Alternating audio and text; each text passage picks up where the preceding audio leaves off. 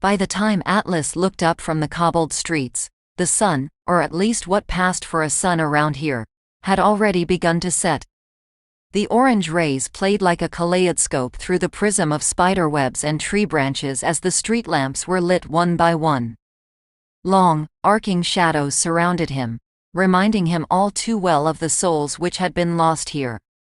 As he sat, a soft sobbing was heard inside the clinic, and Atlas decided he could stay no longer.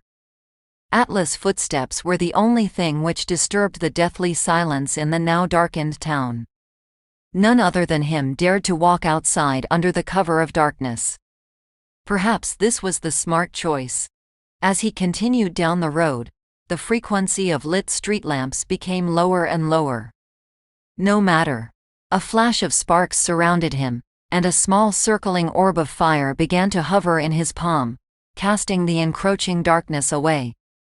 Down the road, about a mile into the dark, the outline of a chapel was slightly visible against the backdrop of foliage.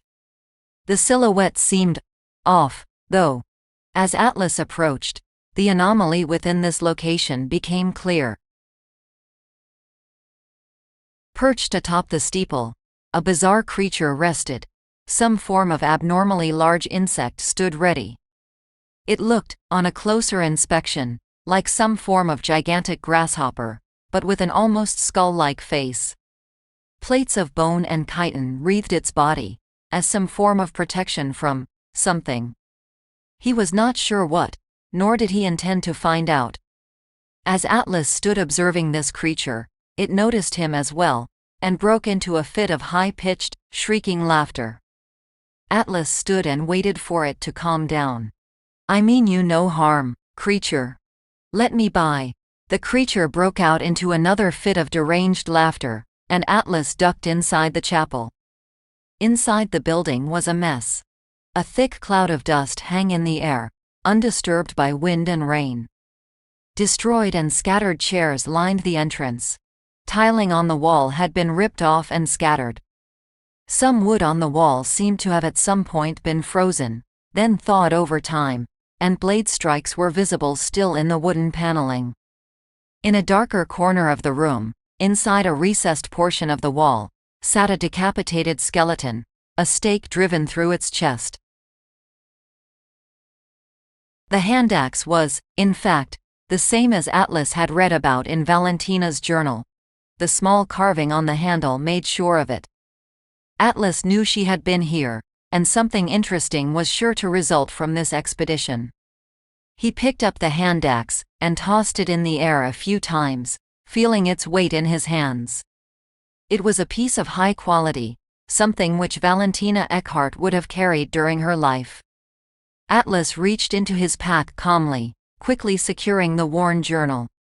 A cursory flip through the pages revealed the section which Val had written about this particular place. As he looked through the pages of the notebook, the details of this place came rushing back to him. Though much still lay within the bowels of this place, what he was looking for lay in the once hallowed grounds outside. Though he had never seen this place before, he knew exactly where to look. Though it had been 4 years since, when he found the patch of ground he was looking for, the bloodstains on the earth below were visible, clear as day. These bloodstains had perished through the test of time, and their durability was evident of one thing only: vampire blood. This is where she was turned. Atlas thought to himself. Her turn was something of which Atlas knew little, to his own regret.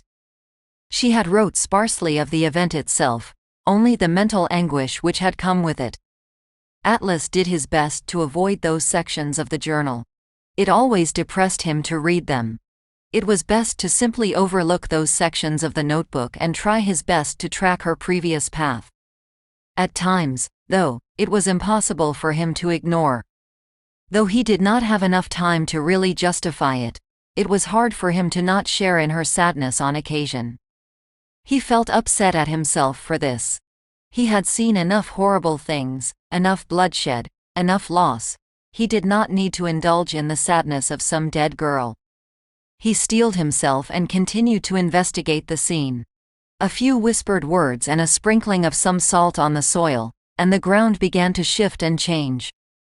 The dust of the earth began to shift, forming two human figures. One stood above the other, the standing male figure wearing a mask, and the female figure kneeling before him.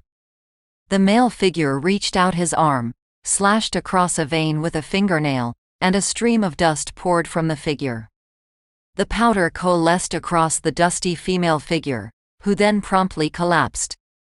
The dusty figures then reconstituted back into the earth from which they had come, the eternal bloodstain remaining. More cackling laughter echoed from above. A shrieking, manic voice called out to Atlas from the steeple of the chapel. "You can't save them, you know. There is nothing you can do."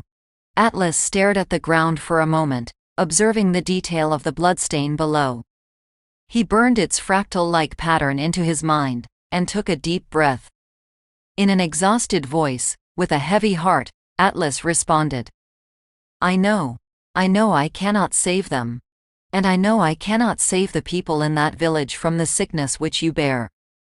In the face of your worms, your pestilence, I can do naught but await my own eventual end. For all my strength and skill, I am just one man, and there is little one man can do in the face of all this. I know I cannot save them, but I can record their stories. That is all I have ever been able to do. Now please, leave me to my work. Atlas scooped some of the blood-stained dirt into a vial, placed it gingerly into a wooden box, and continued walking. To the north lay the greater mountain ranges of the region. Stood high and proud against the stars, the mountains, largely unexplored except by the hardiest sort, beckoned Atlas. He knew this is where Val had gone next, seeking the answers which lay beneath the mist. Atlas surveyed the massive spires of stone which lay in the distance, set his course, and began his newest journey. This content is Creative Commons. Relevant attribution can be found in the description.